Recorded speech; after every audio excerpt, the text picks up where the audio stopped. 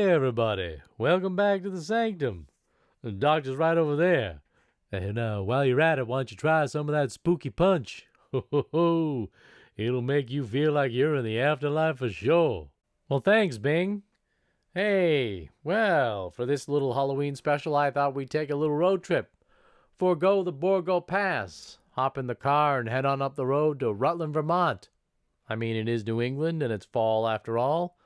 Enjoy some of the lovely foliage. And while we're on our way up there, I'll regale you with a tale that'll make your hair stand on end. Little story about the Rutland Vermont Halloween Parade, how it became one of the longest running and largest Halloween parades in the country, and how it was not only a celebration of Halloween, but how it became a celebration of comic fandom, and was even the originators of what we know today as cosplay, and how it was the inspiration for the very first DC and Marvel Comics crossover. So hop in, buckle up, and enjoy this little episode we like to call Legends of the Long Box, Halloween Heroes.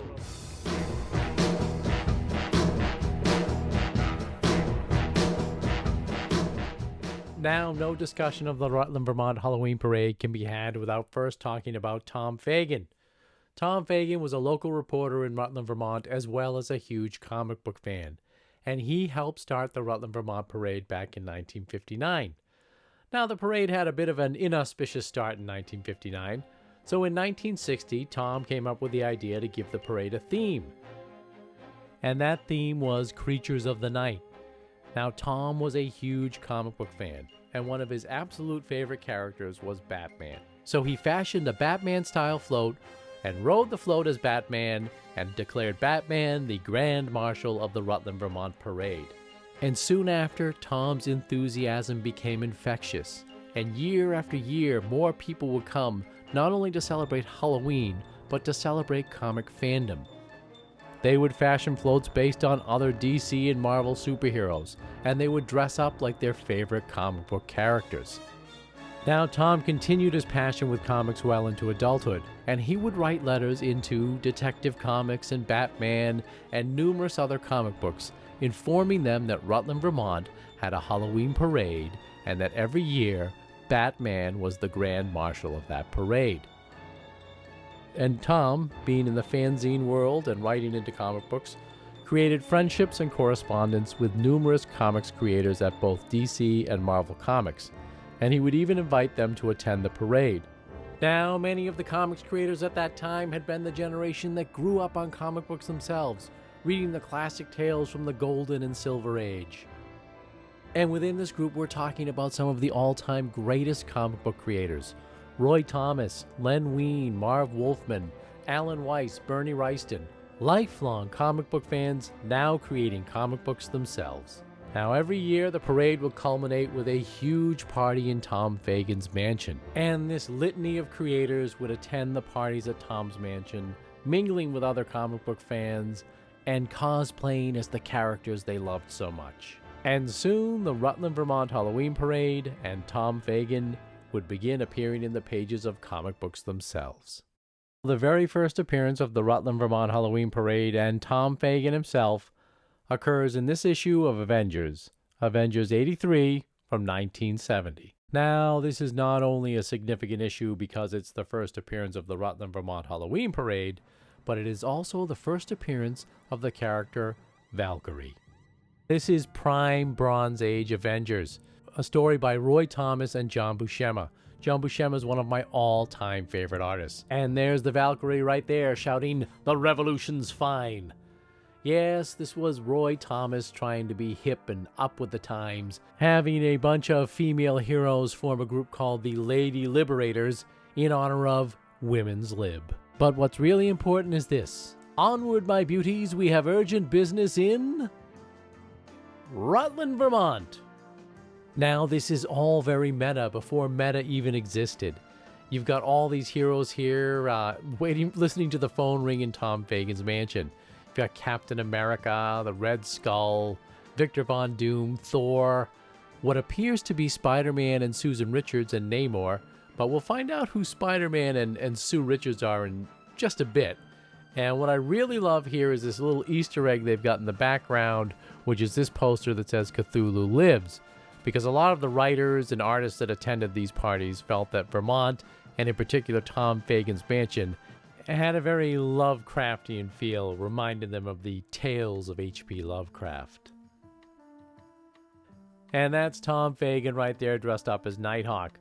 Being that this is a Marvel comic, they couldn't have him dress up as Batman, so they had him dress up as Nighthawk, the Marvel Comics equivalent of Batman. But at this point in time, Nighthawk was still a villain. He hadn't quite joined the Defenders yet. And Tom Fagan would actually cosplay as Nighthawk later on. I don't know if it's because of this comic or it was just a character that he enjoyed. But coming up here, we have our first meta cameo of actual comic creators. But before we do that, I wanted to focus in on this little explanation Tom gives for why he's dressed as Nighthawk. He says, well, he's a creature of the night, and that's what Halloween's all about, right? And the name's Tom.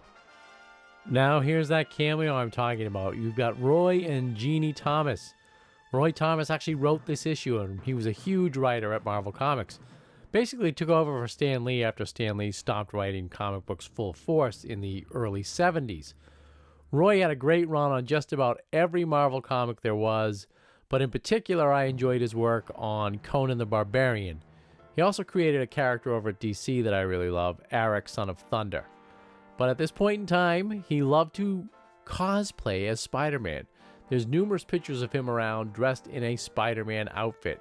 And so he was the Spider-Man we saw in the earlier panel, and his wife at the time, Jeannie Thomas, was dressed as Sue Storm. And of course, there's this corny joke here where Jeannie Thomas says, "The Avengers, oh wow, which one of you is Mrs. Peel?" And Roy Thomas is like, "Cool it, kid." It was kind of the thing about the Marvel writers and artists back at the time. They were much, and I'm using air quotes, hipper than DC artists. Well, some of the DC guys were getting pretty hip at this time too, but their attempts at always trying to be hip and cool with what was going on in society at that time were sometimes missed their mark. And here's a panel of the actual parade where the actual Avengers appear in person. Goliath, the Vision, Quicksilver, the Black Panther. And of course you've got Victor Von Doom there, and then you've got people in the crowd dressed up as a variety of Marvel characters. Fantastic Four, you've got somebody dressed as Doctor Strange there when he wore that weird face mask. And if you look under the kid's arm that's dressed like a rabbit with the dad with the pipe, you can see they did sneak in a Batman. And way in the background there, I believe that's Tom Fagan in the green aura light just over Dr. Doom's shoulder.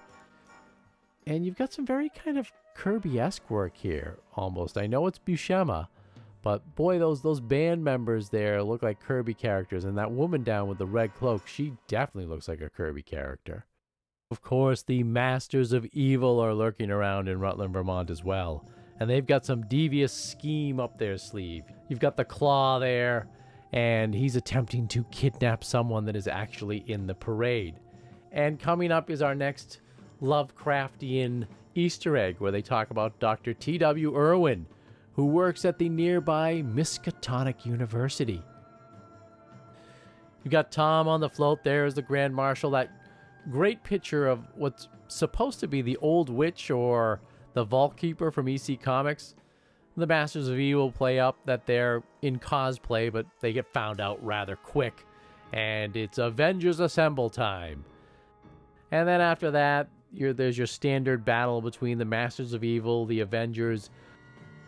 The Liberators show up, and then there's some infighting between the Avengers and the ladies, seeing who can be better than who, and there's a whole women's lib subplot here. And then, of course, you find out that it's actually the Enchantress behind the whole thing, and it all culminates in a typical comic book ending. Now, not to be outdone, the distinguished competitor, DC Comics, would also have the Rutland Vermont Halloween Parade appear in the pages of their own books. And that appearance would be in Batman and Robin issue 237 from 1971, in a little story entitled Night of the Reaper. And check out this creative team. You've got Neil Adams and Dick Giordano, story by Denny O'Neil, with an idea by Bernie Wrightston and an assist from Harlan Ellison. This is one of the all-time greatest Batman teams. O'Neill and Adams, of course, are the two guys that would drag Batman away from the campy 1966 TV series mode and bring him back to his dark, gothic roots. And clearly we can see that here in this first panel. You've got this mysterious mansion in the background, a full moon, and the silhouette of Batman staked to a dead tree. What's that, you say?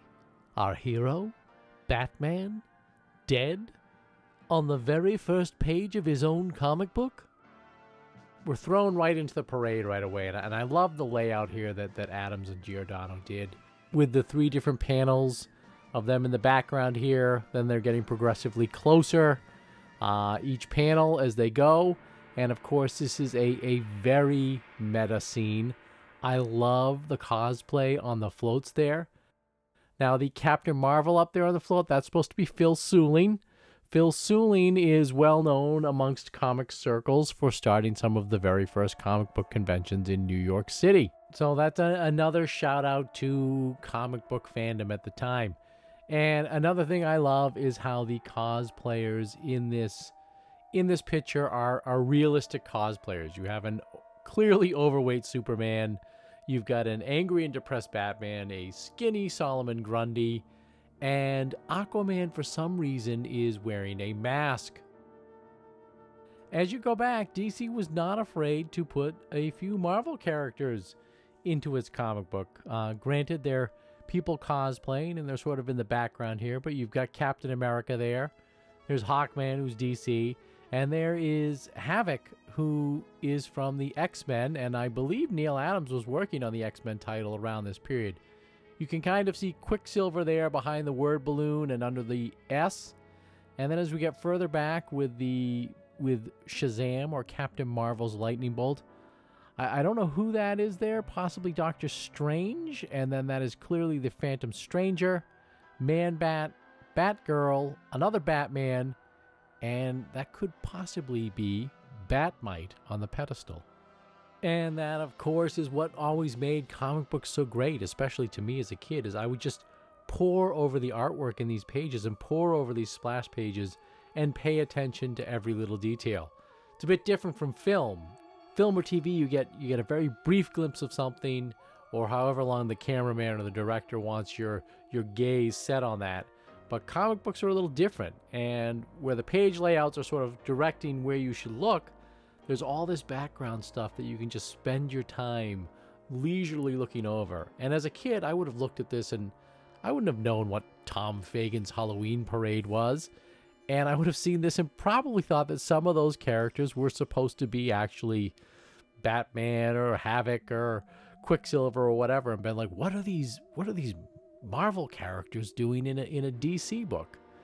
And we're about to get very meta here, because we're going to have some actual comic creators starring in this comic book.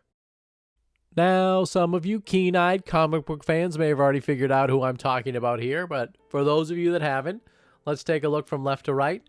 In the dark green t-shirt there with the brown hair and glasses, we've got the great Bernie Wrightson, one of the all-time legendary comic book artists.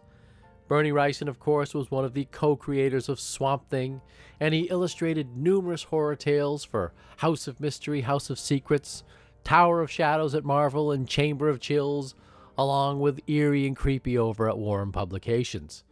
Later on in his career, he would work with Stephen King, illustrating the comic book adaptation of Creepshow and King's Cycle of the Werewolf. And his magnum opus, of course, would be a beautiful illustrated edition of Frankenstein. Now in the middle there with the orange shirt and the yellow collar is the great Jerry Conway. Jerry Conway is no slouch himself. He also got his start at DC Comics, and one of the first titles he wrote for was House of Secrets. And his first recurring character that he wrote for was the Phantom Stranger. But it would be at Marvel Comics where he would experience his greatest success, helping to co-create such characters as Man-Thing, Werewolf by Night, and the Punisher. Next to Dick Grayson in the safari shirt there is Alan Weiss.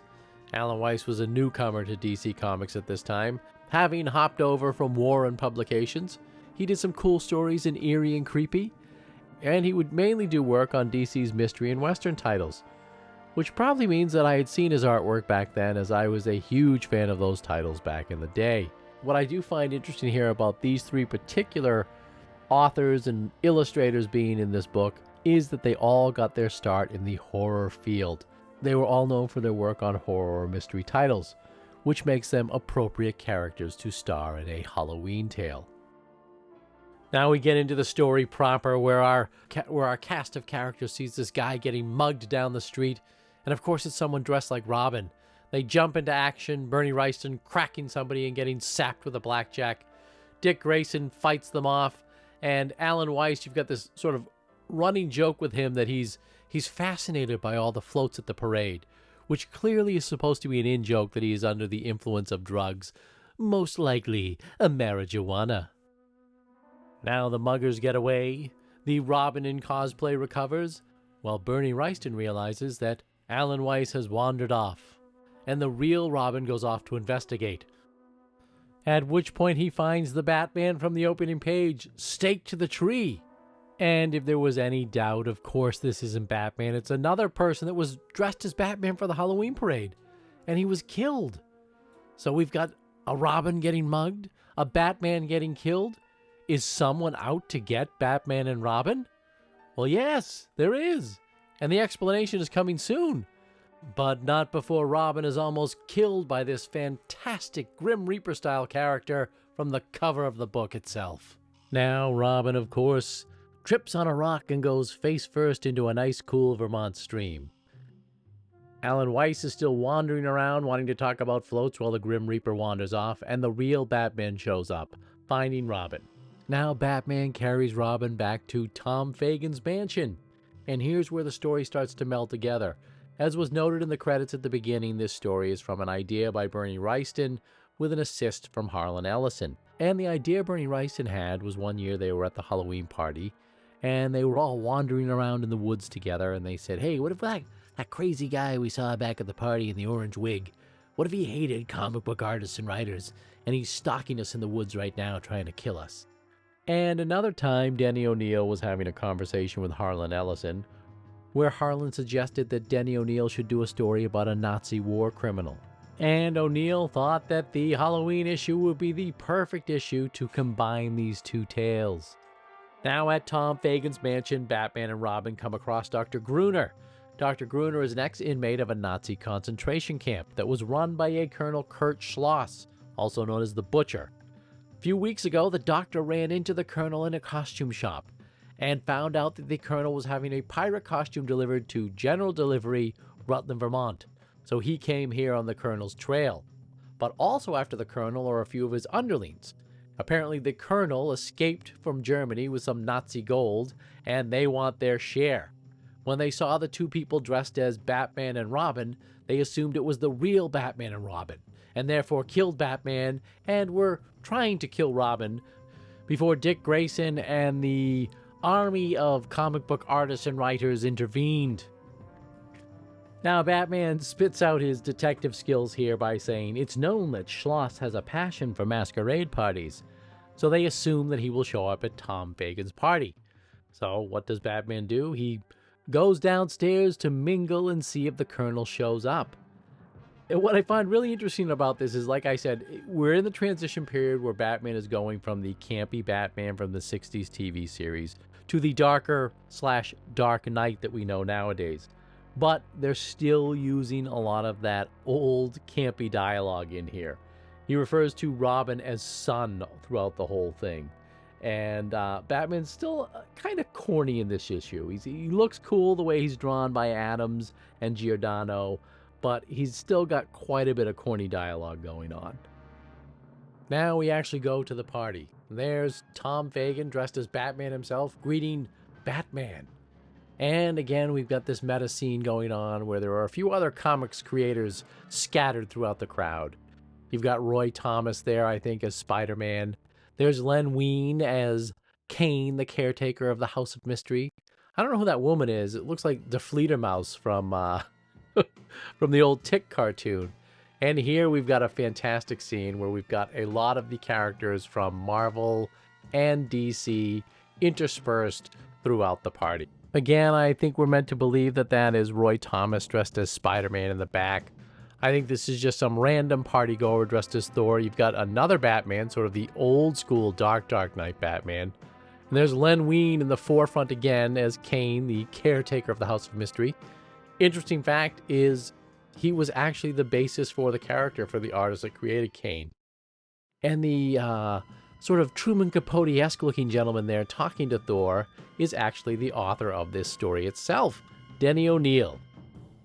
And now we really get into the action. Alan Weiss is still roaming around the grounds, stoned out of his mind, and he runs into our Grim Reaper-esque villain. Batman is too late to save Schloss, who dies in a car explosion, killed by his own Nazi comrades. So Batman returns to the party to mull things over, and I love this shot here. It's like a movie. Well, it is like a movie. I love the composition and the way everything is framed here. You've got Batman walking outside the panel, and then, of course, you've got all the partygoers there in the background. And now there's no doubt in our mind that that Spider-Man is, of course, Roy Thomas. And that, of course, is Jean Thomas in the Sue Storm costume she wore in that prior issue of the Avengers. And I, of course, love the reappearance of the cosplayers from the parade. Havoc is snoozing on the sofa, Grundy's still depressed, and the Spectre is passed out. Batman, being the world's greatest detective, of course, has already figured this mystery out. And the Reaper turns out to be, spoiler alert, Dr. Gruner. Now, here's where the story gets a bit heavy-handed, and Denny O'Neil could get this way from time to time. Now, Dr. Gruner spent time in a concentration camp, and Schloss was the commandant of that camp and killed Gruner's family.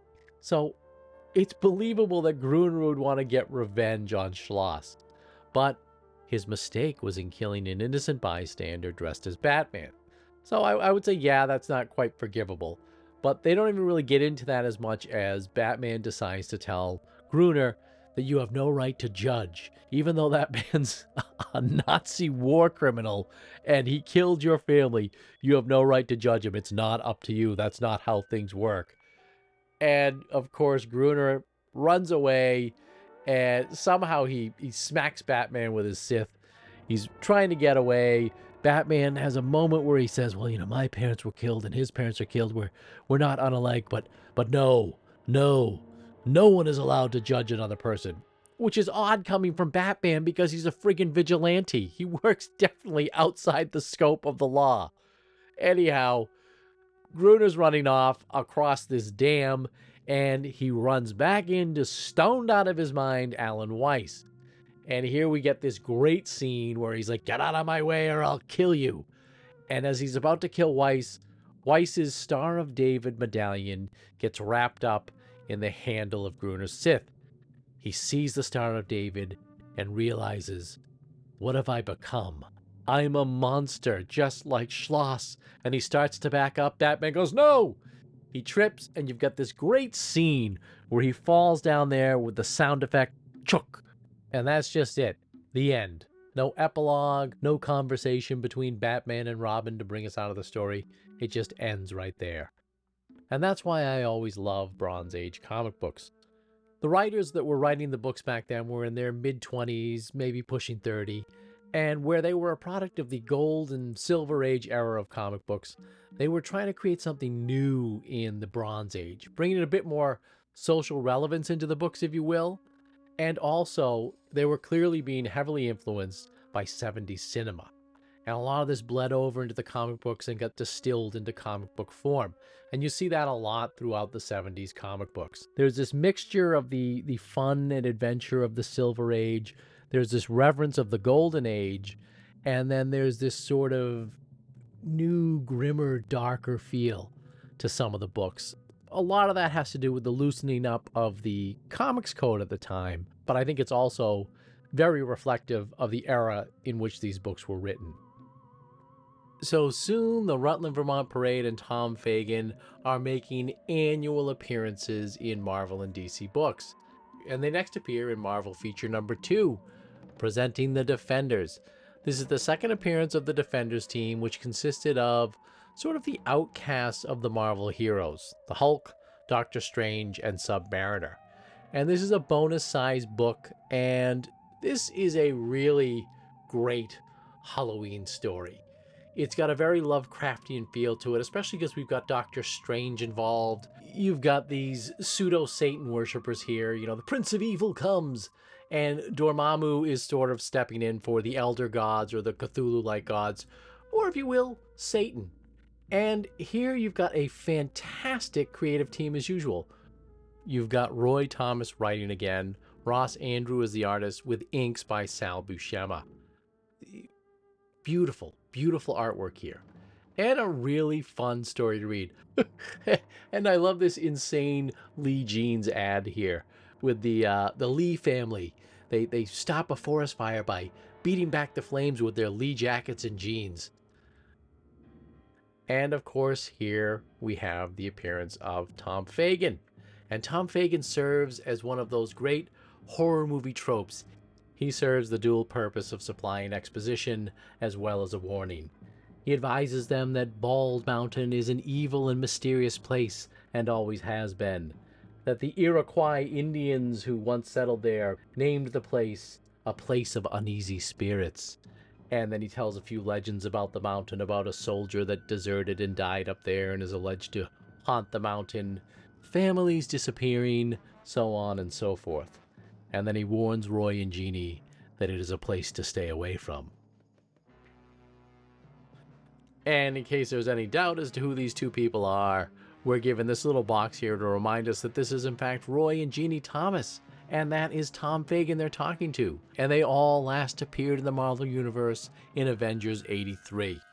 Marvel was great for doing this, and I loved it when they did, because it made me seek out and try and find so many comic books as a kid. Now, of course, our heroes arrive and have to go somewhat undercover, because Submariner is a dude that runs around in a Speedo for all intensive purposes.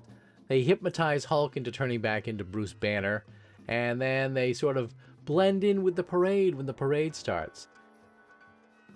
And you've got this great shot of the parade, just sort of some generic Halloween costumes.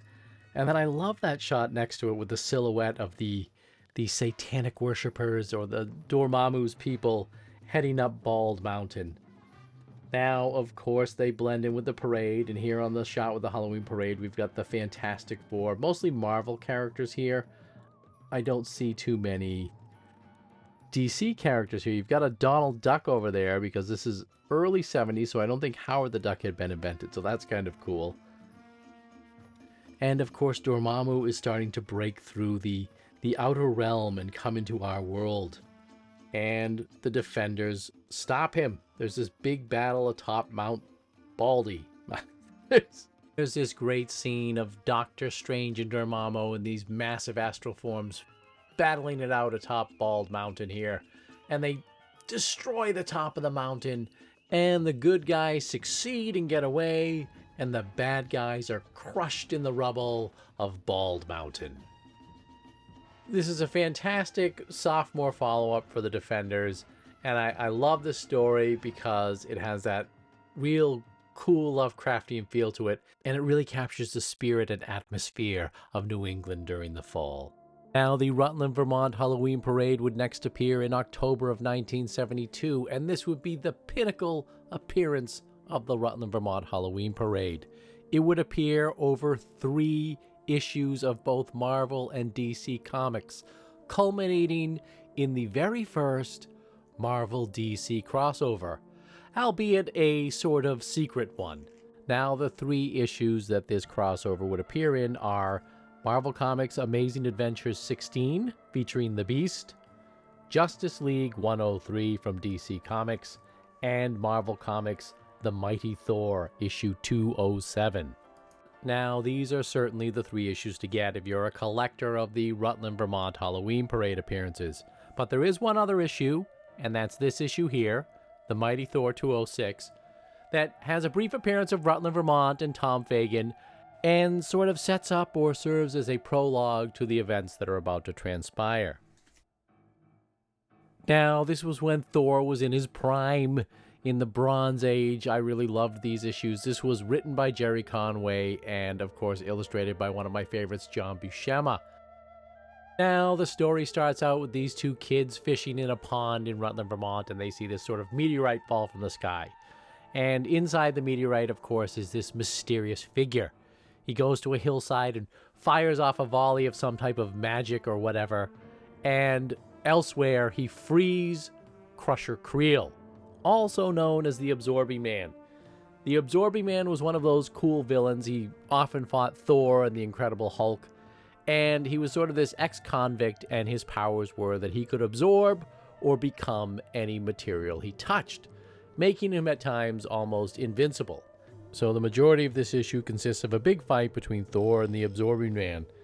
And Thor is helped out by a couple of fellow Asgardians, Lady Sif and Hildegard.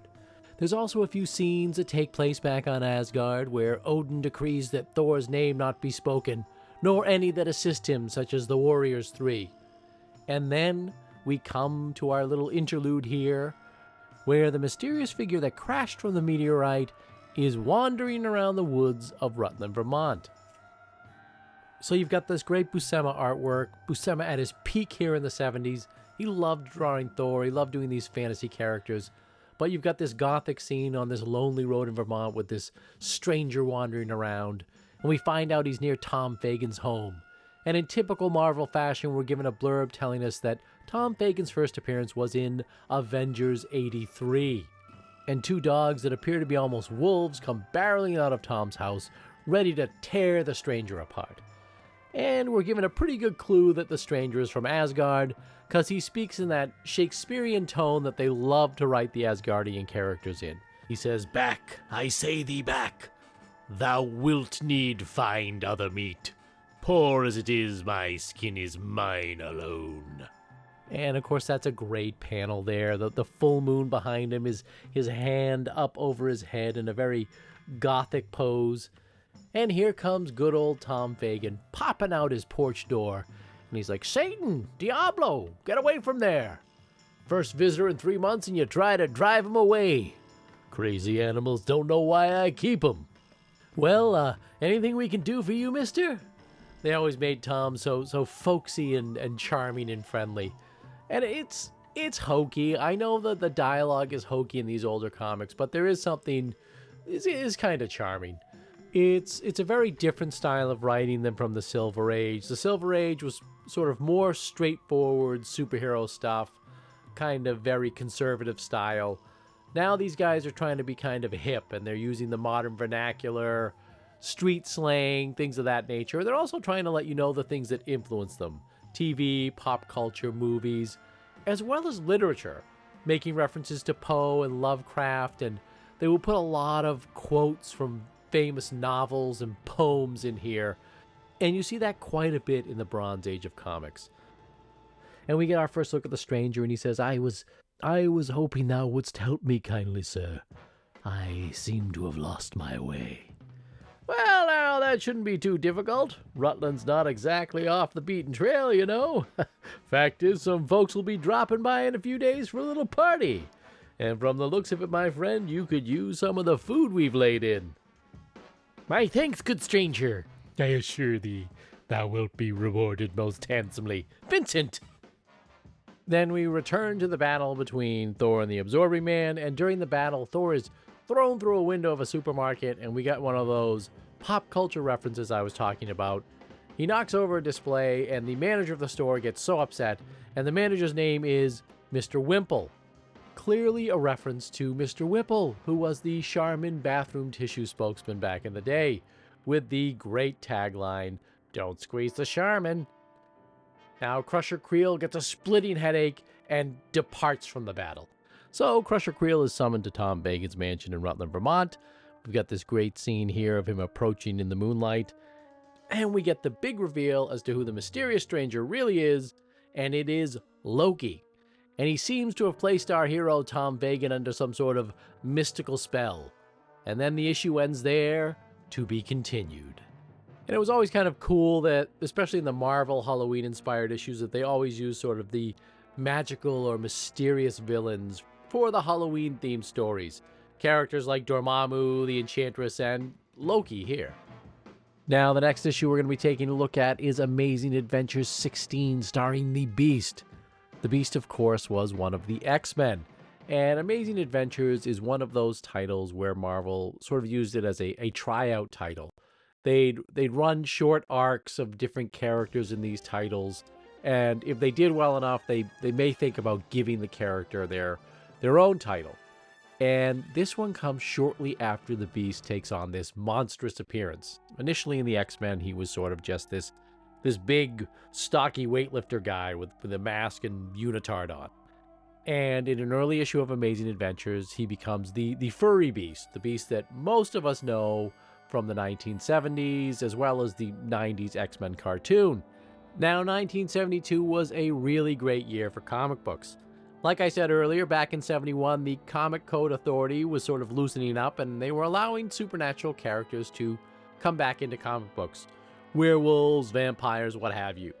DC took advantage of this in their titles like House of Mystery, House of Secrets, and The Witching Hour.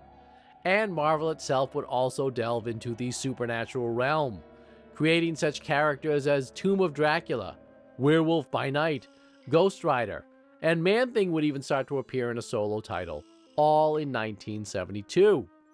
And they would also try and create these characters that sort of walk the line between hero and horror.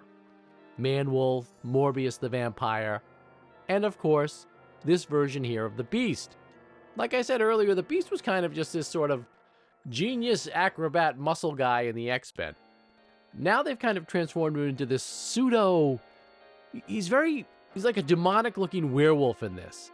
And he's very fearsome and frightening looking in these early issues of Amazing Adventures. In this early period, the Beast, much like the Hulk, will go through a color change. When he first appears as the furry beast, as they call him, he's gray. And then a few issues later, he's sort of this dark bluish color, and eventually he'll become what they call the Blue Beast later on in the Avengers and the X-Men down the line. But he's not looking so friendly in this opening page of the issue right here. As a matter of fact, he's looking downright terrifying. You've got this great picture of the Beast sort of in this werewolf-like pose with his red demonic eyes, his mane billowing in the full moon behind him, and he's lurching out into the middle of this dark country road. The box up there in the corner tells us that it's Halloween in Rutland, Vermont, an eve of special delight and terror. There are ghosts and beasts about. And of course, you've got this typical Marvel hyperbole of the time in this fantastic horror movie font. As a matter of fact, this whole page itself looks like something you'd see on a horror movie poster back in the day. And the Juggernaut will get you if you don't watch out.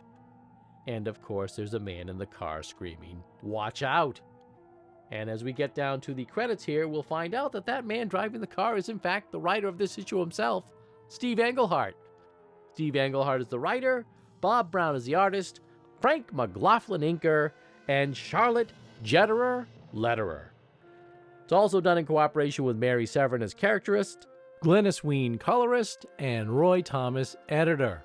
Now, my guess is that Mary Severin is credited as characterist because she probably drew most of the people that appear in this issue that worked in Marvel's bullpen. Now, Bob Brown, well, not as well known as some of the other more popular Marvel artists of the time, I suppose, is a great artist nonetheless in his own right. He got his start in the golden age of comics, worked for Timely, Atlas, DC, etc., drew such titles as Challengers of the Unknown, and he would wind up doing quite a bit of work for Marvel in the 1970s. As a matter of fact, he would work on quite a few major titles, and he's co-credited as helping co-create the character of Talia al Ghul with Denny O'Neil back in Detective Comics. So the story starts off, Beast runs off into the woods, he scares the crap out of these people in this car, and they're like, "Oh my god, we just saw a horrifying monster." And inside the car are several of Marvel Bullpen's greatest. Now, here's where it gets very meta and where we run into our crossover participants. Inside the car are the author of the title, Steve Englehart, Jerry Conway, who's been to the Rutland Vermont Parade before, as well as Glynis and Len Wein, who have also shown up in prior Rutland Vermont Parade appearances. Now, Steve Englehart had sort of toiled around at Marvel for a while. He actually started out as an artist over at Warren and Skywald, cutting his teeth on horror stories. Then he came to Marvel and did a variety of things, such as romance books, westerns, etc. And he finally got sort of a big break here on The Beast. Steve Englehart, of course, would go on to be one of the greatest writers of the Bronze Age. He would have fantastic runs on Master of Kung Fu, The Defenders, The Avengers, Doctor Strange, as well as a historic run on Captain America. And over at DC, he would have a great run on Batman and Detective Comics, as well as the Justice League of America.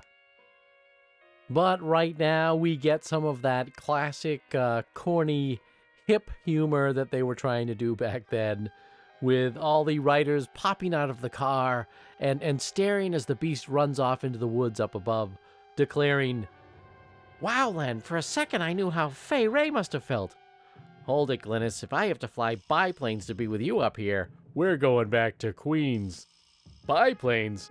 Might be better than this rattletrap of Steve's as far as getting us to Tom Fagan's party in time." "Listen, Jerry, my car's okay, but after seeing that thing, I've become entirely unenthused about our being here." So very meta. Lots of in-jokes, letting us know what these writers are into. They know what King Kong is, and they're riffing with each other like they're some sort of modern-age Bowery Boys. And, of course, we've got that great Bronze Age logic at work here, which, at the time, as kids, we completely suspended our disbelief and went in wholeheartedly with it. You've got the Beast jumping out in front of the car at the beginning of the story. He runs off into the woods, and at this particular time, Hank McCoy was embarrassed of being the Beast, I guess. He was probably worried that his terrifying visage would frighten people. Is it visage or visage? It's visage! Vincent. But anyhow, so in order to sort of have a secret identity, he would still appear as the human Hank McCoy. And to do this, he would wear a suit over his husky frame, and he would also wear fake rubber hands and a rubber face mask. Now, did this ever fool anybody? I never understood this in movies and spy shows like Mission Impossible and things like that, when suddenly a character pulls off a rubber face mask and's like, "Aha, it was me all along." Like, nobody noticed. Nobody was like, "Hey, your skin's looking a little odd." Like, how good were the masks back then? I owned a lot of Dawn Post masks. None of them were that good. Anyhow, I digress. So you've got Hank McCoy, who's got his disguise hanging out here on a stump. We don't know how he was wandering around as his Beast persona. And he comes across a woman that he knows, just sitting there in the woods waiting for him. So she's like, "Did you find us a ride?" And he's like, "Yeah, as a matter of fact, there's a car right around the corner there." They pop out of the woods, and he's like, "Howdy, trick or treat and all that. Can we beg a lift from you folks?" And, of course, Len Wein is like, "Hey, man, don't sneak up on us like that." And then we've got this really wonderful, flattering picture of Steve Englehart. Now, I think Mary Severin drew all the pictures of the bullpen people here. But, boy, not a flattering picture of Englehart, in my opinion. He's got this long blonde locks with a comb over and these John Lennon glasses, and he's wearing this weird,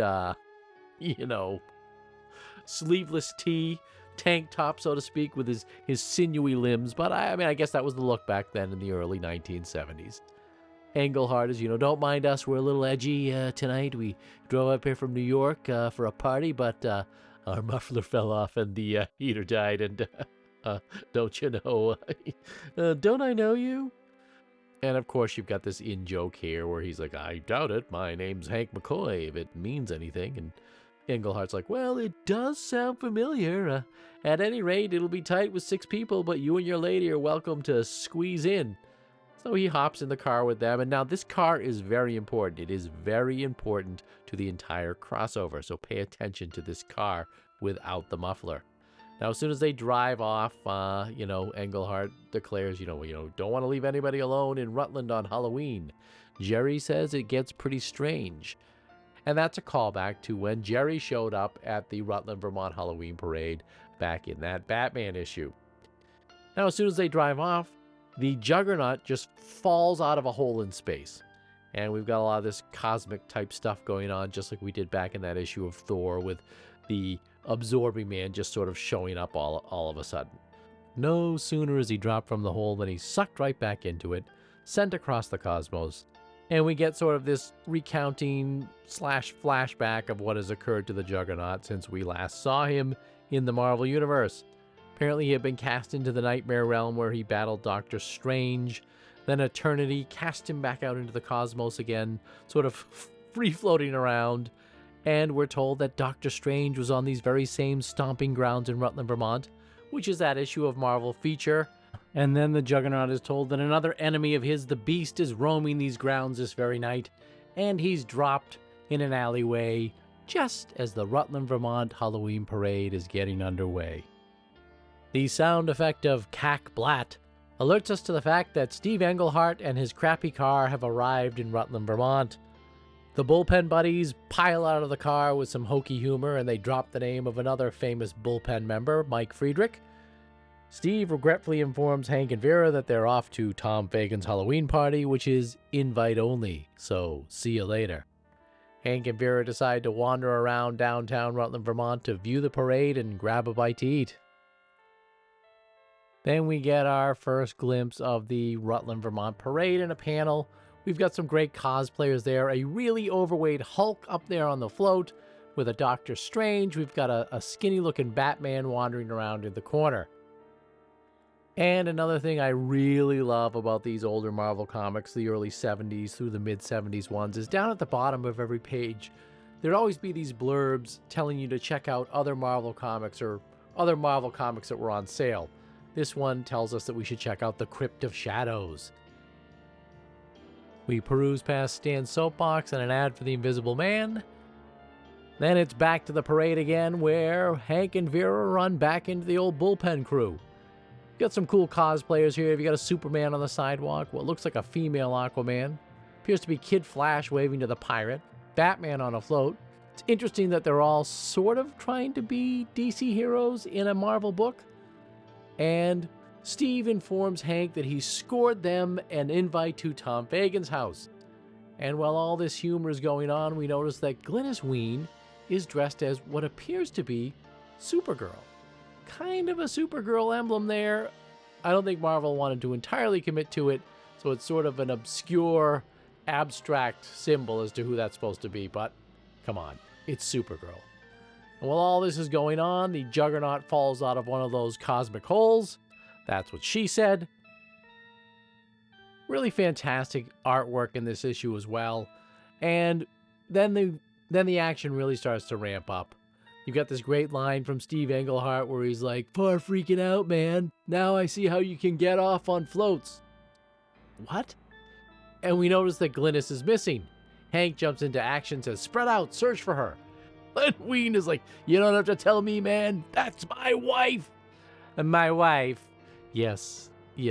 How many episodes are we in? And you've listened to singing and Vincent Price imitations, and now, yes, you finally all got your bad Borat. The Beast proceeds to an alleyway where he tears off his Hank McCoy disguise, and he has this great line here where he goes, "Nice of the world to give me one night in one town where I can be normal." Typical Marvel fare at the time with the sort of outcast superhero, a la the Hulk or Spider-Man, who has so many responsibilities, or even the X-Men. And you've got some great shots here of what appears to be some cool cosplayers. I mean, that definitely is Medusa there in the background behind Hank McCoy. I can't quite tell who some of these others possibly are, though. Then there's this great ad for Corgi Cars. The Adventures of Corgi Boy. You all know that one, don't you? Hey there, Corgi Boy. Where are you going in your Corgi car? Yes, it's Corgi Boy. Now, I remember Corgi most from their licensed products. They did such things as the James Bond Aston Martin, various vehicles for superheroes, both DC and Marvel, and they also licensed a lot of 70s TV detectives, Kojak, Beretta, Starsky and Hutch. But here it looks like they're trying to compete with Matchbox and Hot Wheels. They've got dragsters and Jaguars and Mercedes-Benz and race cars and Formula Ones and things of that nature. Clearly, you can tell I don't know a lot about cars. But probably a lot of kids that read these comic books didn't either. And clearly, Corgi is trying to cover all the bases here because they've got their race cars involved in this sort of fantasy sword and sorcery world with dragons and monsters and three-headed hydras. Meanwhile, back in the story proper, Hank has run off into the woods searching for the Juggernaut. He's smashing trees in anger, and then the Juggernaut pops right out of one of those cosmic holes again. They get in a big fight. Hank remembers that if he pulls off the Juggernaut's helmet, that will disable his powers. But, alright, hold on. We need to look at this ad here. Now, I don't mean to keep going off on a tangent here, but I think these ads are really cool, especially since they were a staple of comic books in the 1970s, well into the 80s. And I find them even more interesting since there are no longer Saturday morning cartoons. But back in the 70s and 80s, cartoons ruled Saturday mornings, and the networks would advertise their upcoming Saturday morning cartoon slate in comic books like this. And this one is particularly interesting because it's from 1972, so I would have been quite young back then, so it's kind of cool to see what the Saturday morning lineup was back then on NBC. Now, a lot of networks would do this. They would recycle or rerun a lot of older cartoons in their Saturday morning slot. And here you can see they're showing the Pink Panther, Underdog, and the Jetsons. All cartoons that had been done and played well before 1972. But there are a few new shows as well. You've got this show called The Hound Cats, which appears to be cats out in the wild, wild west, I suppose. I don't remember this show, and I don't recall if I've ever seen any episodes of it. But I have seen episodes of this next one in reruns, and that is The Roman Holidays. That was Hanna-Barbera redoing the Flintstones, except in ancient Rome. And of course, the Roman family has a pet lion. Now, the next cartoon is kind of interesting. It's called The Barkleys, and it clearly appears to be a sort of All in the Family ripoff. I mean, that looks like Meathead and Gloria behind an Archie Bunker-style dog. You've got C-Lab 2020, which was brilliantly parodied on Adult Swim. And then you've got a show called The Runaround, which is hosted by Paul Winchell and Jerry Mahoney. Now, this cartoon, I kind of remember seeing it on Sunday mornings in my area. It was called Around the World in 80 Days. It was a one-season show, and it was actually a cartoon from Australia. Really funky, really groovy 70s animation. Then there's another show here called Talking with a Giant, which I assume is a live-action type show. It says kids rap with a different famous guest each week and talk about everything from dreams to space travel. Then the kids hop out of the TV and they say that these shows are going to start every Saturday morning starting September 9th, all on NBC. What is with you and the singing tonight? The battle continues as the Juggernaut relentlessly pursues Hank across Rutland, Vermont. Hank, getting nervous, decides to slip back into his human persona disguise, which magically has transported to the woods just outside Tom Fagan's house. Now, Hank's plan is to go into Tom Fagan's party and hide out as a human being. And here we get our first appearance in this issue of Tom Fagan. And he has his old line, "Hi, I'm your host, Tom Fagan." Now, Tom, of course, is in his Nighthawk cosplay, as he usually was when he appeared in Marvel Comics. There's another panel here with a few more cameos. There's Roy and Jeannie Thomas, and that's pointed out to us by the blurb down below. You remember Roy and Jeannie What's Their Name from Avengers 83 and feature number 2. Jim Warren, take note, Steve. Now that's interesting, there's a shout out to Jim Warren there. As I stated earlier, Steve Englehart used to work for Warren Publications prior to coming to Marvel Comics. So I'm not sure what the shout out is here, whether he's saying, look how far I've come since working for you, or whether there was some sort of private in-joke between the two about the Rutland Vermont Halloween Parade. Now Hank's plan just falls apart immediately, right on the first page where he walks into Tom Fagan's party. About 3 panels later, the Juggernaut comes crashing through the wall. Hank, terrified, runs upstairs into the attic, and we have this scene where Hank is cowering there on the floor. The Juggernaut approaches him, and Hank rips off his mask and turns around and gives him a jump scare. Now, this really doesn't make much sense to me, because the Juggernaut has just been having a huge fight with the Beast, and yet when he sees that this is the Beast, he's terrified and he's startled. So, throws him off guard, Hank knocks him down the stairs, and he rips the helmet off. Now, if I remember from reading my X-Men comic books, I always thought the helmet just prevented telepathic attacks from Professor X. I didn't think it was actually the source of the Juggernaut's power. So the writer may have gotten things confused here, but Juggernaut falls down the stairs, and he's drawn a bit roly-poly in these issues, and the Juggernaut rolls over like a pill bug and screams, "You've doomed me." The hour strikes midnight, and like Cinderella, the Juggernaut tries to get the hell out of there. He makes his way through the party and goes right for Steve Englehart's car. As he's just about to drive off in it, the Beast comes flying out of nowhere, knocks him out of the other side with this cool sound effect of "Boom!" Then we have this big fist fight between the Beast and the Juggernaut, where the Juggernaut begins to age rapidly. And we've got this really cool panel here of the Juggernaut looking like the picture of Dorian Gray. The Juggernaut collapses to his knees and says, "I have to go back into space to age rapidly and die." And he gets sucked up into one of those cosmic holes. Then Glynis Wein shows back up, having no memory of where she was, and just declares Halloween is a night for cutting loose and having fun. And then the story just ends rather abruptly with this panel of the Beast standing on a rock with a full moon behind him, and the Beast lopes quietly about into the towering forest, stands until dawn in the cold, cold dark. Alone. The end. Kind of a maudlin ending for what was a story that was sort of all over the place.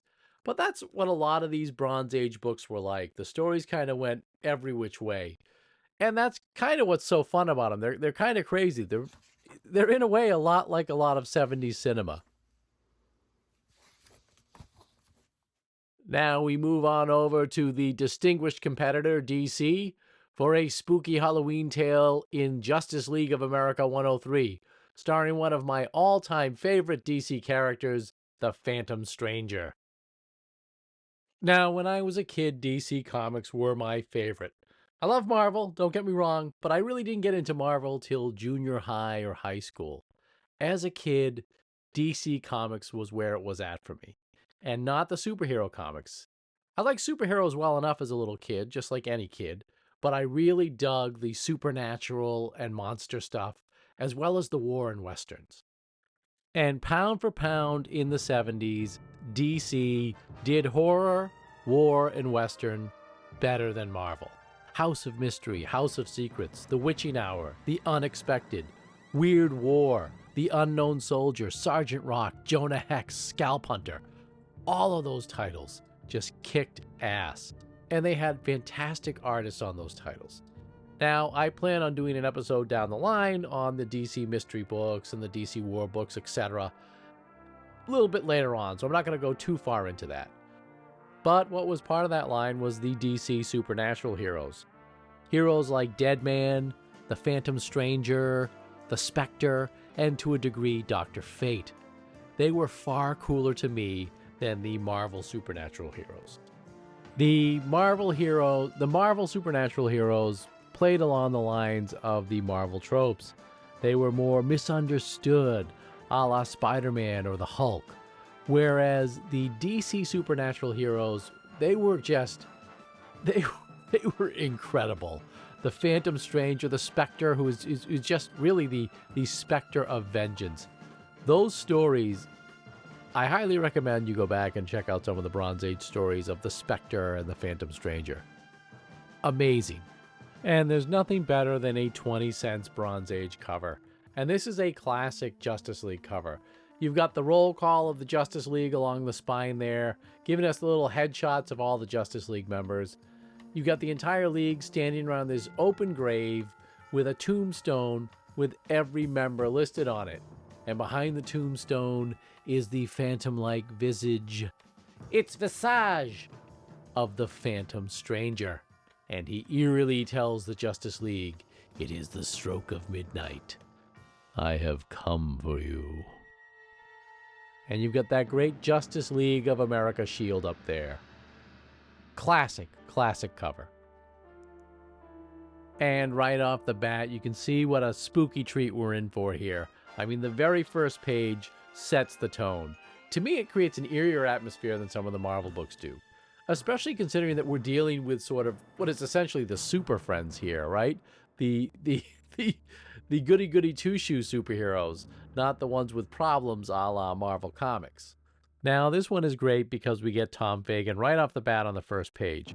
Except now he's telling us about this tradition that occurs every Halloween in Rutland, Vermont. When the old clock tower tolls midnight, 'tis said old Mistress Sarah speaks to the spirits, and they tell her dark secrets in return. The names of those who are to die within 24 hours. And then we get this great shot of old Sarah. I mean, this whole first page, the layout of it is fantastic. You've got the Phantom Stranger up on a rock there, looking down on Rutland Vermont Center, watching old Sarah. And then you've got this panel of old Sarah with that great font there, with the bonging of the clock at midnight, the chimes, and she's saying the names of the Justice League. Those are the ones that are going to die in the next 24 hours. Superman, Flash, Hawkman, Batman, Green Lantern, Green Arrow. With each bell tolled, these names I say of those who'll die by end of day. Well, isn't that a lovely rhyme? It's certainly no Michael Jackson's Thriller, though, is it? Right, Jody? I zinged him! The Phantom Stranger appears on the Justice League satellite in this fantastic panel. We get the title of the story, A Stranger Walks Among Us, a Halloween Holocaust, conjured up by Len Wein writer, Dick Dillon and Dick Giordano artist, and Julius Schwartz editor. Now, Dick Giordano is going to be one of the greatest DC artists of all time. He did fantastic work on DC, especially in the Bronze Age. And Len Wein, of course, we know about because he's been making all these cameo appearances in the Rutland Vermont Halloween Parade specials. Now, the Phantom Stranger advises the Justice League that he needs their help, because there's going to be trouble in Rutland, Vermont on Halloween. Unholy entities are going to cross the Black Gate and gain life again. And the man responsible for this is Felix Faust. Felix Faust is one of the supernatural-themed villains from the Justice League's Rogues Gallery, which is quite appropriate for this Halloween-themed story. Green Lantern tries to capture the Phantom Stranger before he can depart. Batman tells him, hey, that ain't gonna work. He's not known as the Phantom Stranger for nothing. Green Arrow and Hawkman bicker, and Superman says, looks like we're gonna be doing our trick-or-treating in Rutland this year, and jams his finger so hard through that map that he possibly poked a hole right through the Justice League satellite, and the story could have ended right there as they all get sucked out through a dime-sized hole. That's what she said. What? I'm not allowed to have a sense of humor? And this is where the crossover starts to occur. We get our same four protagonists from the prior Marvel issue in the same car on their way to Rutland, Vermont. Steve Englehart, Jerry Conway, Len and Glynis Wein. And the same joke comes up. The car's muffler is bad. As a matter of fact, at this point it fell off. Jerry Conway is still complaining about how he doesn't want to go to Fagan's, especially after all the trouble Len and him had there last year. And we get the editor's note a la Marvel Comics saying this occurred in Night of the Reaper in Batman 237. Glynis just sort of lets him have it. It's like, garbage. If you didn't want to come, Jerry, you wouldn't be here. Besides, you're the one that convinced us what a great time we'd have. Len gets in the middle and says, hey, save your energy. Considering the Supergirl costume you'll be wearing, you'll need all the energy you get to keep warm. And then they head off to Tom Fagan's house with Steve's car making quite the racket. And we get this cool little shot of the Phantom Stranger's shadow there. So clearly they're referencing that Supergirl costume we saw Glynis wearing back in that issue of Amazing Adventures. Now, the DC books were a little bit more innocent, sure, with the superhero books, and we get these great scenes of the Justice League sort of flying around and searching for trouble in Rutland, Vermont. And then we get this fantastic shot of Tom Fagan dressed as Batman, checking off all the guests that are coming to attend the parade and his party. And there's this goofy shot of them arriving, waving out the window like, "We're here, Tom!" Like they heard him talking down the street. And just then, the Justice League shows up as well. And this is pretty significant because Tom Fagan was actually a huge Batman fan.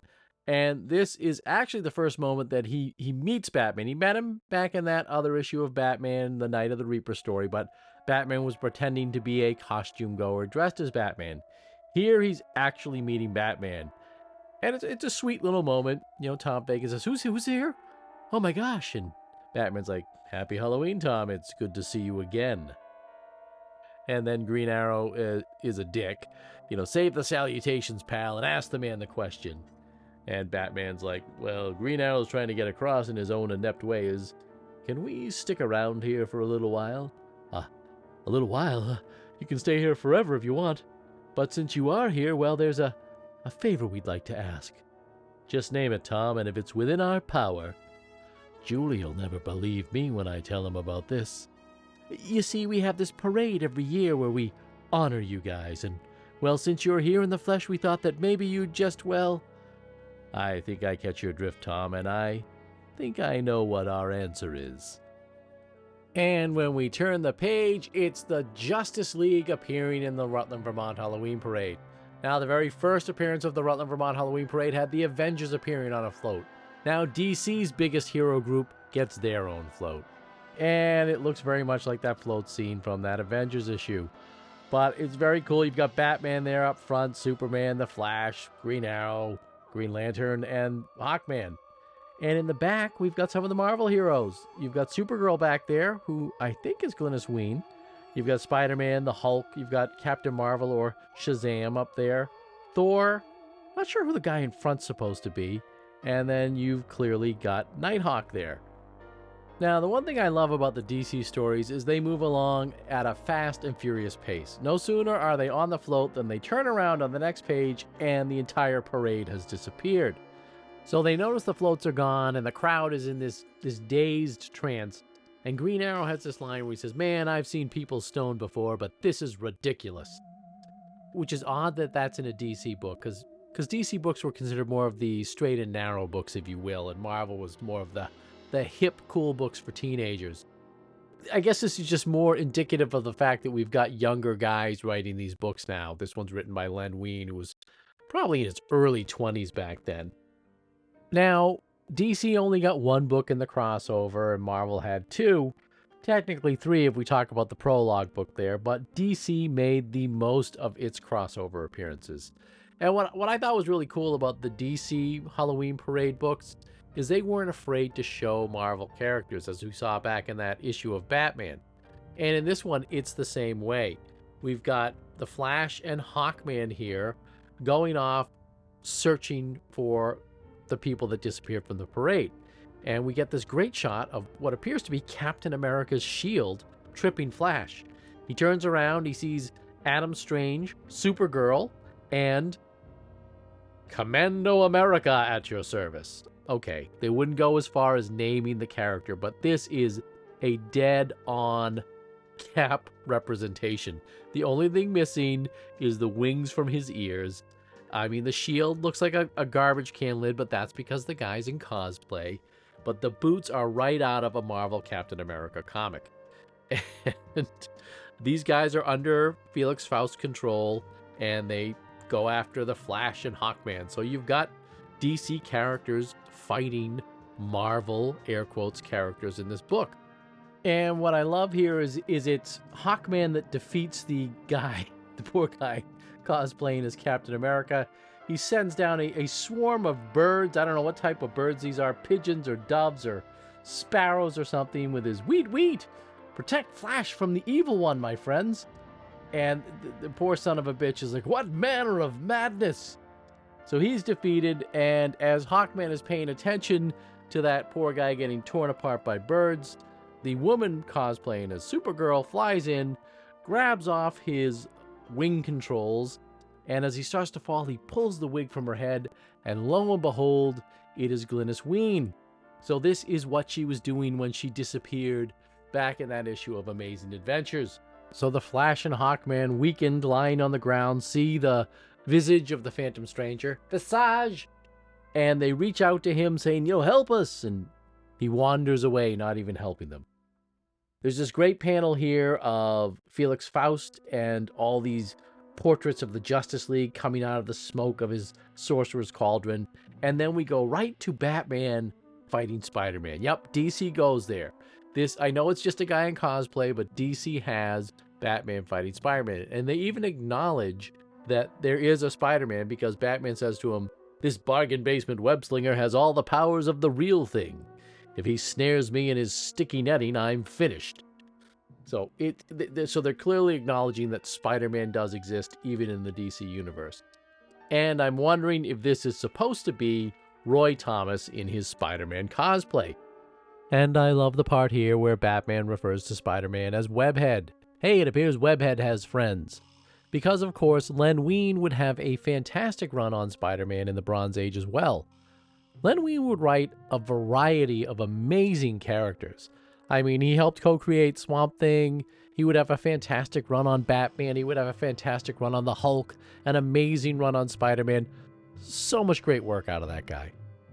Now, next, they're faced with this bargain basement version of Thor, which Batman refers to as a poor man's version of the Norse thunder god. He's easily defeated, and just when they think they've won the battle, this maniac dressed as Robin comes swinging out of a tree and kicks Batman right in the face. We see the same situation again. Batman's down and out, the Green Lantern's down and out, the Phantom Stranger appears, and rather than help, he walks away. And we find out that Faust's plan is to have all of the Justice League dead by midnight, so that his demons can remain on Earth. We get this cameo here from Len and Steve and Jerry wandering around looking for Glynis, which we know now she was disguised as Supergirl fighting Hawkman. Now, Green Arrow and Superman don't get to fight any Marvel characters. They get to fight the Jay Garrick Golden Age Flash and Captain Marvel, or Shazam, if you will. I know that the character is Captain Marvel, but I've always called him Shazam, and I know Shazam is just his catchphrase. Now, I wonder if the character here of Shazam is actually supposed to be Phil Seuling in cosplay, because Phil Seuling would dress up like Shazam at Tom Fagan's parties. So he utters the phrase, even though it's not out loud here, but clearly he says the phrase, and the lightning comes down and strikes Superman, disabling him. The Phantom Stranger comes along and grabs something from Superman and then departs. At which point we find Steve, Len, and Jerry back at Fagan's mansion, looking around for Glynis, worried that she might have been swallowed up by some malevolent force. They decide to search upstairs. Meanwhile, the witching hour approaches. And as the stranger stares at the hands of the clock, getting closer and closer to midnight, he reveals his plan. And he removes all the items that he has taken from the members of the Justice League. And he speaks their name at each bell of the toll of midnight. Green Lantern, bong. Green Arrow, bong. Batman, bong. Flash, bong. Superman, bong. Hawkman, bong.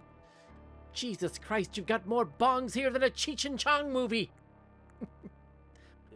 Does anyone even get that reference anymore? Does anyone get that reference? Look who I'm talking to. Mr. Vintage Comic Book in his room full of patina. The League awakens, and the stranger says he wasn't trying to hurt them. He said that they had all been enchanted by a spell of imminent death from Felix Faust, and the only way to defeat that spell was to obtain a totem from each of them. But the totem could not be freely given, so that is why he let the other people defeat them, so he could take the totems from them. Faust realizes the jig is up as he sees the demons fleeing from the bodies of those they've possessed. He goes to the windowsill to escape, at which point Len, Jerry, and Steve come bursting through the door, Len screaming, "Mister, don't! Whatever your problem is, there has to be a better way." "Please don't kill yourself," Jerry says. And this is the second time we have seen someone jump from the second floor of Tom Fagan's mansion, which says to me that something like this probably actually happened at one of his wild parties. So they're like, "Too late, he jumped! My car! That dude is stealing my car!" So Faust hotwires the car with the last of his magic energies and heads off. And they run downstairs to see the car puttering away. And he's like, "We blew it. He's getting away, muffler and all. My car, my poor freaking car." Hey, it's almost 12:02 a.m. What a lousy way to start a new day. At which point Glynis shows up saying, "My poor head, what's going on?" "Glynis, sweetheart, we've been looking all over for you." "And where are our feet off to? Where in the blazes have you been?" I don't know. I just suddenly found myself wandering through that clearing over there, and I could swear I saw a battle raging." "A battle? No, more like a war, as the forces of order and chaos clash on the verdant Vermont countryside, with pure pandemonium the result." And Faust gets pulled over by the cops. Cops say, "Hey, buddy, what you doing here?" Faust is like, my powers, they're too weak. There's only one thing to do." And he comes out of the car, confesses, says, "Throw the cuffs on me, officer." Cop says, "What are you talking about? We pulled you over because you got a faulty muffler." Everybody has a big sitcom laugh. The stranger even cracks a smile. The heroes decide they want to offer Phantom Stranger membership in the League. The Phantom Stranger says, "I don't think it's for me." Superman, of course, says, "Well, why don't you let us vote and we'll decide." They all vote yes. They turn to tell him he's in, and he's gone. And Batman gets the closing line. "Somehow I think he knows Superman, and that we'll see him again, if we ever need him." Next issue, the Shaggy Man will get you if you don't watch out. That's what she said. So overall, a really fun, atmospheric, great story by DC Comics with this Halloween crossover tale. Finally, we arrive at the conclusion of our big Marvel DC Halloween crossover in this issue of Thor, number 207, a special haunted Halloween issue. On the cover here, we've got Tom Fagan's dog, Satan and Diablo, attacking the Thunder God himself. Great cover. I always loved this Mighty Thor font, and I loved the character boxes that Marvel had back in the 70s. Once they called it All Hallows Eve, the night of All Saints, All Souls. These days it goes by another name, perhaps a touch more colloquial. Halloween, in the town of Rutland, second largest city in the sovereign state of Vermont. The parade is already underway as we open the book, and we've got this great float here with all the Avengers on it. Well, not the Avengers, people cosplaying as the Avengers. It's very reminiscent of the float from Avengers 83. And Marvel has been kind enough to toss in a couple of DC cosplayers behind them. That is clearly Superman and Batman there. And down in the lower corner, there they are again, our fearsome foursome that have been making appearances in all these Halloween issues.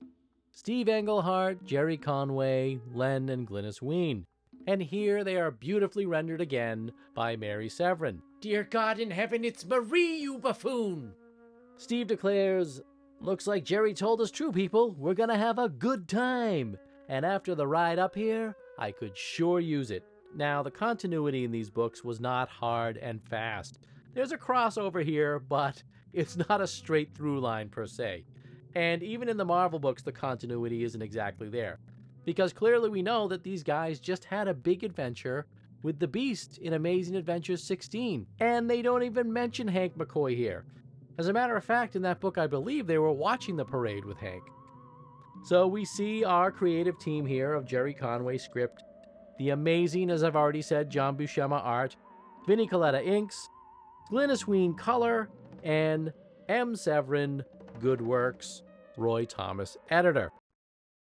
It's interesting that each participant here wrote a chapter of this crossover.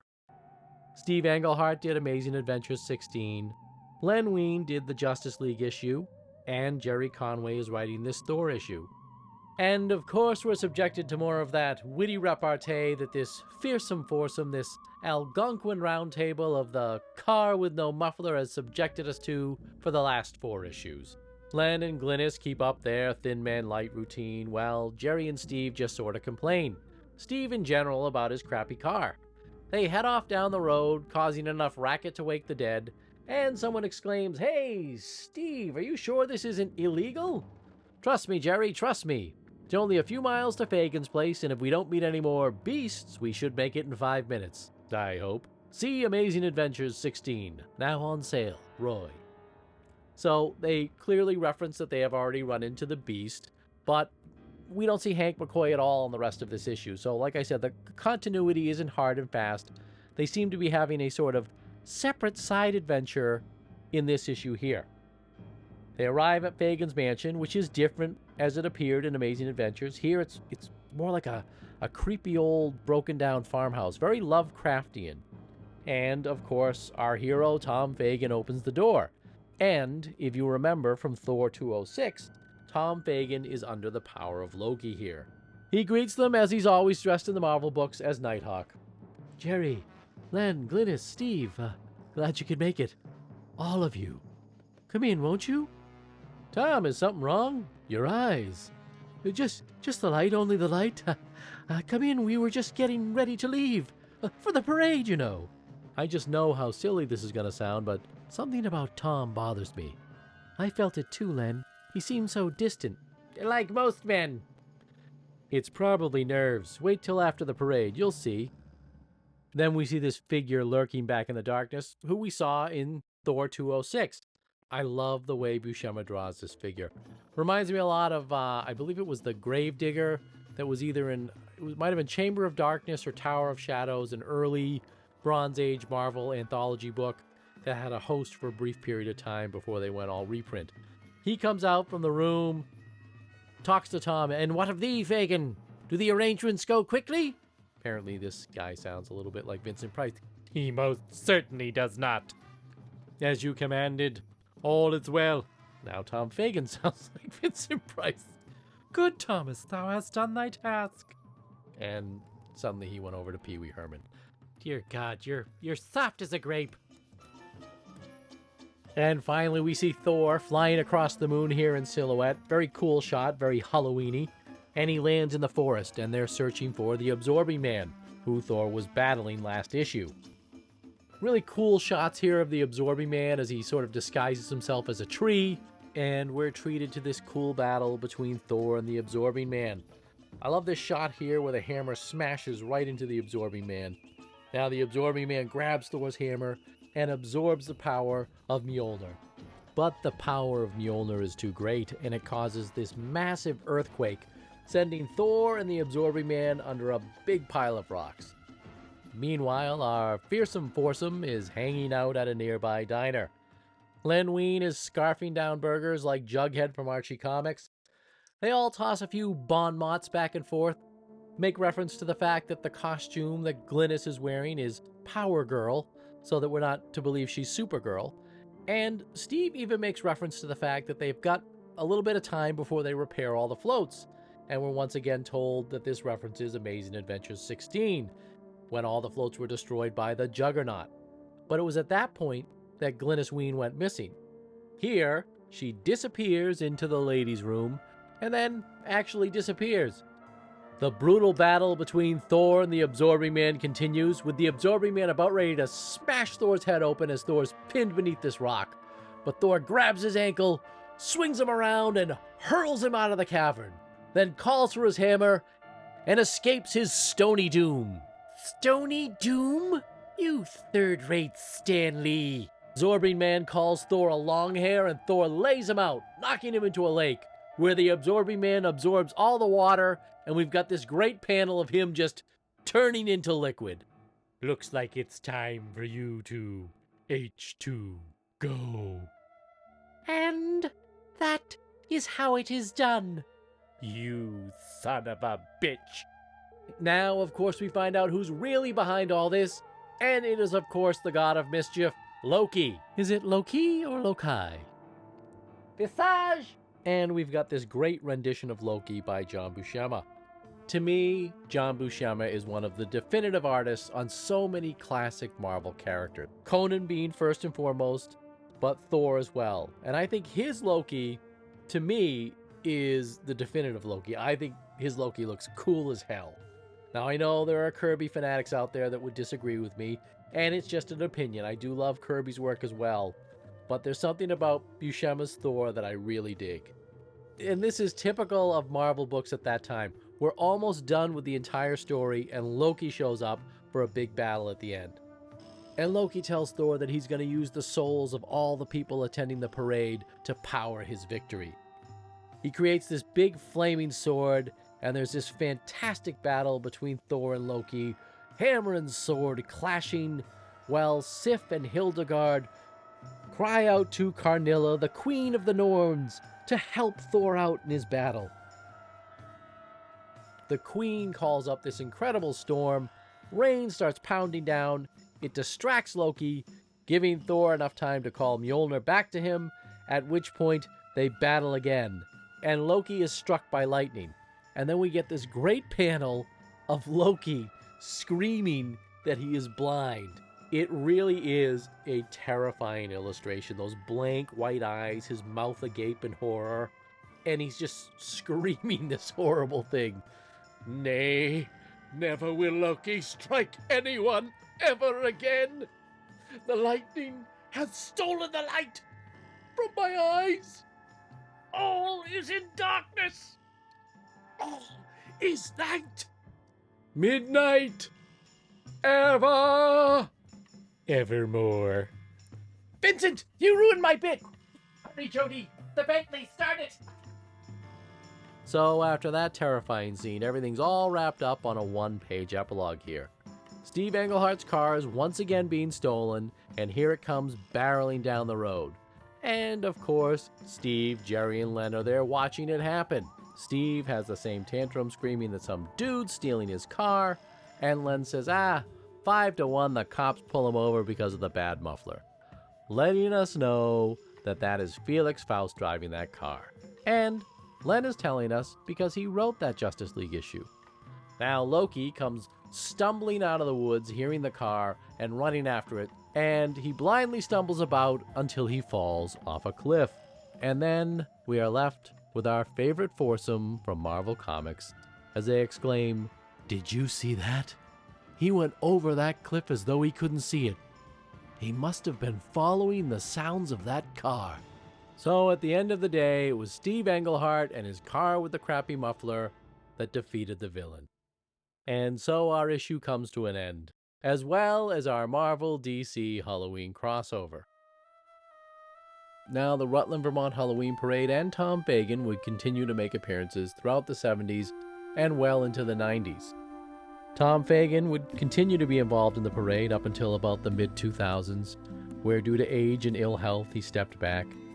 He would continue to attend the parade as a guest and judge in 2006 and 2007, and he was planning to attend the parade in 2008 when he died on October 21st. Tom was laid to rest in Evergreen Cemetery in his beloved Vermont 2 days before his favorite holiday, Halloween. Len Wein, upon hearing of the death of his friend who he hadn't seen in 2 decades, remarked, "I'm sure he's walking the streets of Gotham as we speak." Time marches on like its own parade, and many of these creators that helped immortalize Tom Fagan and the Rutland Vermont Halloween Parade in the pages of comic books themselves would pass on. Len Wein would pass away in 2017 along with Bernie Wrightston. Denny O'Neil would die in 2020. Ross Andru, Neil Adams, Bob Brown, Dick Giordano, all are no longer with us creating great art. Roy Thomas, Steve Englehart, Jerry Conway, and Glynis Wayne are still alive, as are Alan Weiss. The Rutland Vermont Halloween Parade itself will go on to become a legendary footnote in comic history with its metafictional crossover. In 2023, the city of Rutland, Vermont erected a statue of Tom Fagan, immortalizing him in Vermont marble. The statue recreates a Neil Adams panel from Batman 237. Tom, in his Batman cosplay, is shaking hands with his hero, Batman. The statue lies along the parade route so that Tom can forever watch his beloved Halloween parade go by. And with that, we come to the end of another episode of Dr. Durant's Sanctum. And I had initially planned on getting this one out for Halloween, and had started it and was about halfway through, and then life sort of got in the way, and I've been working on it bit by bit over the last couple of months, and it was taking up so much room on my hard drive, I had to finish it and get it out. So enjoy this Halloween treat in March. I hope you enjoyed this comic-centric episode. I love collecting little subgenres like this, and the Rutland Vermont Halloween Parade is a really fun one to collect. There are checklists online of all the appearances, and they can be had for pretty reasonable prices as long as you're not overly concerned about condition. I will say, though, that Avengers 83 and Batman 237 are probably the priciest in this collection to obtain, but they can be had for reasonable prices again if you're not a condition freak. Now, if you enjoyed this episode, please like and subscribe, give me a thumbs up, ring the bell. And since I don't have a letters page, please drop me a comment in the comment section. I love discussing these episodes with you. I love talking about all things genre, Halloween, costumes, comic books, horror movies, toys, what have you. What subgenres of comics do you collect? Have you been to the Rutland Vermont Halloween Parade? Did you go in the 70s? I'd love to hear stories. Tell me what words I mispronounced, what things I got wrong. Tell me what you enjoyed. Whatever it is. I plan to try and get episodes out on a more regular basis, but life keeps getting in my way. But this is what I really enjoy doing. Talking about these things I love and sharing this stuff with people that love it as well. So until next time, dear viewers, stay kind, stay cool, and may your parade never end. March or walk in beauty, my friends. Some have fangs about this size, some short and fat, some tall and thin, and some don't even bother to wear their skin. I'm a-telling you, brother, it's a fearful sight just to see what goes on in the night. When the spooks have a midnight jamboree, they break it up with a fiendish glee. Ghosts are bad, but the one that's cursed is the headless horseman. He's the worst. When he goes jogging across the land, holding his noggin right in his hand, demons take one look and groan. Then they hit the road for parts unknown. Well, there's no rage like a spook that's burned. The ghost don't like a man, he's really burned. He swears to the longest day he's dead. Well, I'll show them that I can get ahead. Wow, wow, wow, wow, wow. So close all the windows, Lock all the doors. unless you're careful, why he'll get yours. Don't think he'll hesitate a bit, 'cause he'll clip your top if it will fit. He likes them little, he likes them big. Cut him in the middle or wear a wig. Black or white or even red. The headless horseman needs a head. With a hip